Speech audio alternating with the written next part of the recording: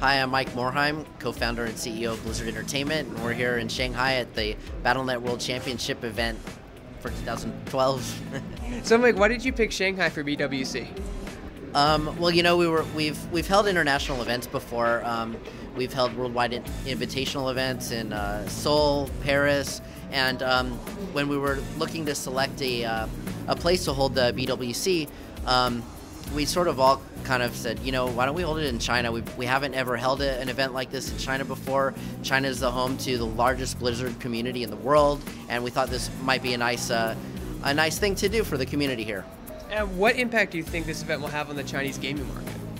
Oh, I don't know. I think, you know, a lot of the players have told me that this is like the best gaming event that they've ever been to. They really appreciate that Blizzard is deciding to hold the event here.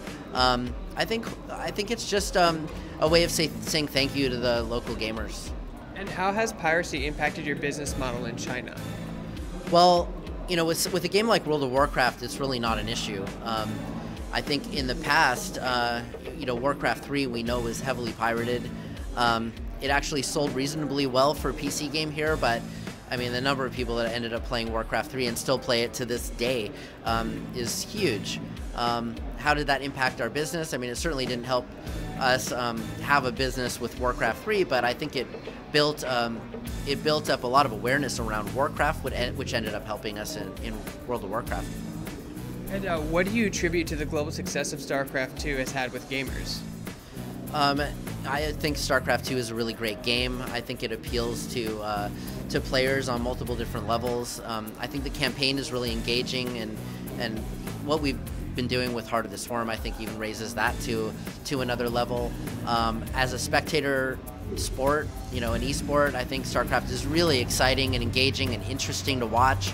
And then as a player, I think it just really has something for everybody. So you want to play single player, the campaign's great. If you want to play multiplayer, for players of all skill levels, the matchmaker does a great job of matching you up with people at your levels so you can have a decent game. And what role has esports played in the game's success? I think that esports is a big part of StarCraft II, and I think it adds a lot of longevity to the game. I think that for players, it gives people sort of something to aspire to, and a way to help all of us improve, since the bar has been so high. And how do you see expansions influencing esports? Well, I think that the expansion is an opportunity for us to do things to improve the balance of the game and keep the gameplay interesting. It's also an opportunity for us to improve on certain features that casual players have been asking for, like unranked matchmaking, better training experience for new players. You know, of course, the campaign is going to be a pretty big addition for people who are more interested in the single player experience. And how far away do you think the U.S. is from pro gamers being treated like real athletes, like we see in Korea and Europe? Yeah, I think that there's a lot of room for improvement in that area. I think that it's really going to take mainstream news publications to start treating esports like sports, and when events like this happen, report on them, give them the recognition that they deserve. These guys are very good, and I think that you know, the people that follow esports recognize them at the same level as pro athletes. But I think the mainstream press really needs to start covering it that way as well. And how have you seen live streaming grow in esports? Live streaming has been huge in esports. I think this event is sort of is something very special when you think about the fact that we're holding a live esports event in China. It's being broadcast on television in China and Korea. It's being live streamed to viewers around the world, and you know, the last time that has happened, to my knowledge, was the Olympics.